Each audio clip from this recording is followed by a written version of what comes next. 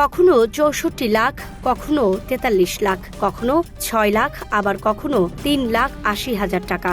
একই কৌশলে একের পর এক নারীকে বিয়ের স্বপ্ন দেখিয়ে সর্বস্ব লুটে নিচ্ছিল এক ঠগবাজ। শুনতে যেন সিনেমার গল্প, অনেকটা বলিউডের লেডিস ভার্সেস রিকি ভাইলের মতো। তবে পার্থক্য একটাই, এটি কোনো পর্দার কাহিনী নয়, বাস্তবের নির্মম প্রতারণা যা ছড়িয়ে পড়েছিল পশ্চিমবঙ্গের বিভিন্ন জেলায়।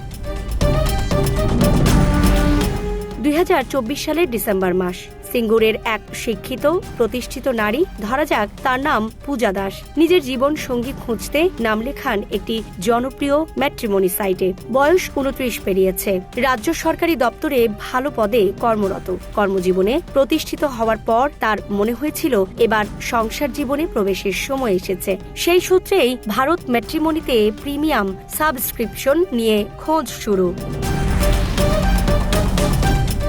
এই সময় তার সঙ্গে পরিচয় হয় অনুপম রায় নামের এক যুবকের। প্রথম দেখাতেই আকর্ষণীয় সুদর্শন চেহারা, পরিপাটি কথা, ভদ্র ব্যবহার। কথাবার্তার মধ্যেই সে জানায় বর্ধমানে তার একটি রাইস মিল আছে, অর্থনৈতিকভাবে সচ্ছল, তবে জীবনে একা, বাবা মা কেউ নেই। এই একাকিত্বের গল্পই ধীরে ধীরে জায়গা করে নেয় পূজার পরিবারেও।